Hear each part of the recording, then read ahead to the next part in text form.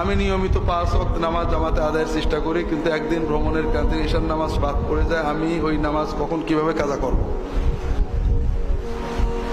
নামাজ কাজা করা আগে একটা প্রশ্ন করি। আপনি দৈনিক 3 বার খান না?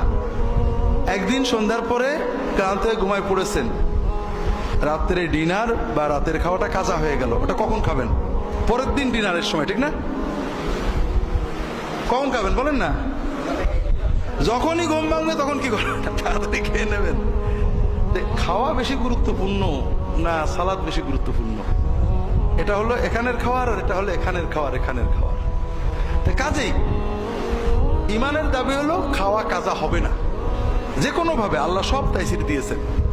যদি কখনো মনের অজান্তে নামাজ পড়বো, মা ঈশার আজানে আমি ঘুমিয়ে পড়েছি, ক্লান্ত হয়ে রাত 12টা 1টা 2টোয় আসছি যে আমি ফজর পড়বো, উঠতে পারিনি, এরকম অনিচ্ছাকৃত যদি হয়, আউয়াল সেই প্রথম ঘুম ভাঙার সঙ্গে সঙ্গে, অথবা মনে পড়া, কখনো কোনো ভুলেও হতে পারে, আপনার মনে আছে আপনি নামাজ পড়েছেন, হঠাৎ মনে পড়লে নামাজ তো পড়িনি, মনে পড়ার সঙ্গে সঙ্গে বা ঘুম ভাঙার সঙ্গে সঙ্গে সবচেয়ে আগে নামাজটা যদি পড়েন, তাহলে অনিচ্ছাকৃত কাজা হওয়ার গুনাহটা থেকে বেঁচে যাবেন, তবে ওয়াক্ত মতো পড়ার ফজিলতটা পাবেন না।